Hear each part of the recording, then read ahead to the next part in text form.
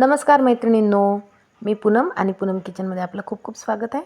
आज आपण बघणार आहोत साध्या सोप्या आणि एकदम छान अशा स्वादिष्ट खड्या मसाल्याची रुचकर अशी बिर्याणी। साधी सोपी पद्धत आहे, एकदम काहीच नाही करावं लागत। एकदम 10 मिनिटात होणारी, 10 मिनिटं तयारीला आणि 10 मिनिटं शिट्ट्यांना, बस। तयारीलाही 10 मिनिटं खूप झाले। त्यासाठी आपल्याला लागणार आपण साहित्य बघू। मी 1.5 वाटी बासमती तांदूळ घेतला। त्यामध्ये आपण टाकणार आहोत 3 मोठी विलायची घेतली, 4 हिरवी विलायची घेतली, त्यानंतर 8-10 काजूचे काप करून घेतले, त्यानंतर थोडा अद्रक लसूणचा गोळा घेतला।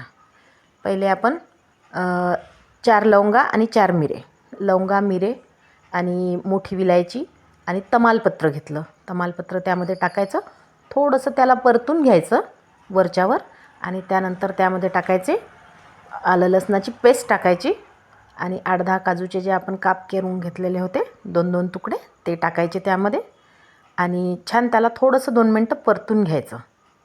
आणि परतल्यानंतर त्यामध्ये आपला स्वच्छ 2 पाण्याने धुवून घ्यायचे तांदूळ आणि तो तांदूळ आपल्याला टाकायचा आहे। तो तांदूळ टाकल्यानंतर थोडंसं 2 मिनिटं त्याला परतायचं, म्हणजे मग त्याचं थोडं पाणी पण जिरतं आणि तो त्याच्यामध्ये थोडासा कडक झाल्यानंतर त्याचा जो स्वाद येतो उतरतो आहे या मसाल्यांचा, खड्या मसाल्यांचा, तो खूप छान लागतो त्याच्यामध्ये।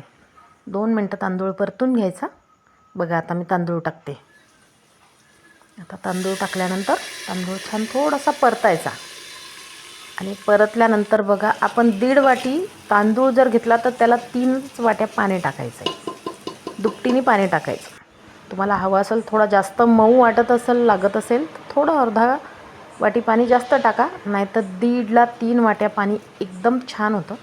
त्यानंतर वरून मीठ टाकायचं आहे आणि कुकरचं झाकण लावून घ्यायचं आहे।